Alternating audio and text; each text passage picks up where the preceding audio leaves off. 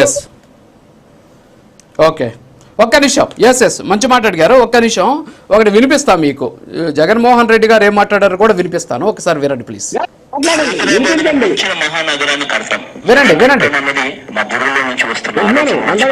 విజయవాడలో క్యాపిటల్ సిటీని పెట్టడం మనస్ఫూర్తిగా మేము ఆహ్వానిస్తున్నాం. With the location, what has at least 30,000 acres of land. We're saying that please ensure that it is right in the middle of the state. బహుశా ఆంధ్ర రాష్ట్రానికి బహుశా 3 క్యాపిటల్ వస్తాయి. ఎగ్జిక్యూటివ్ క్యాపిటల్, లెజిస్లేచర్ క్యాపిటల్,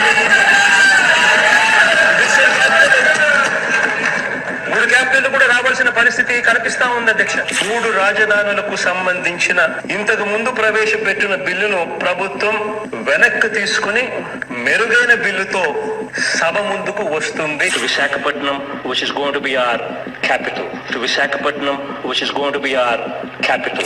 ఇంకా చాలా ఉంది, నేను టైం వేస్ట్ అని చెప్పేసి చూపించట్లేదు. సో జగన్మోహన్ రెడ్డి గారు రాజధాని అమరావతి, తర్వాత వచ్చేసి విజయవాడని రాజధాని చేస్తాం, తర్వాత 3 రాజధానులు, తర్వాత వైజాగ్ రాజధాని. మరి ఇవన్నీ కూడా ఆయన కూడా మాట్లాడారు కదా. మీరు ఏదో పవన్ కళ్యాణ్ గారి గురించి మాట్లాడారు కాబట్టి దీన్ని కూడా చెప్పండి సార్. అసెంబ్లీలో మాట్లాడిన మాట ఏంటి?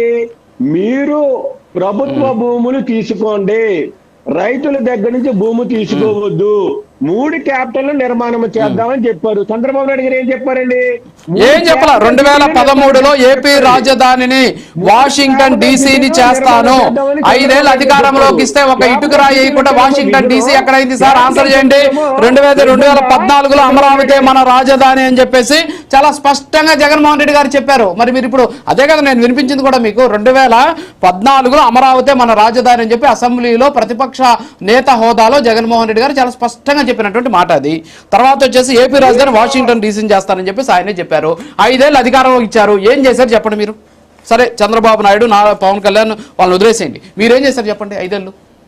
మేము చేయటం ఏంటి సార్? మొదటి నుంచి అమరావతి అనేది అనుకూలం కాదు, రాజధాని నిర్మాణానికి అనుకూలం కాదు, పెద్ద పెద్ద బిల్డింగ్లు కడితే కూలిపోయే ప్రమాదంలోనే శివరామకృష్ణ గారి కమిటీ ఇచ్చిందండి. శివరామకృష్ణ కమిటీ ఇచ్చిన నివేదిక మీరు చూడండి కావాలంటే. అక్కడ లోతట్టు ప్రాంతము గేటెడ్ కమ్యూనిటీ తయారవుతుందని చెప్పేసి పవన్ కళ్యాణ్ గారు ఎందుకు మాట్లాడారు ఆ రోజునే? గేటెడ్ కమ్యూనిటీ తయారవుతుంది అమరావతి అనేది అందరికి సంబంధించింది కాదు, ఒకే కులానికి సంబంధించిందని చెప్పేసి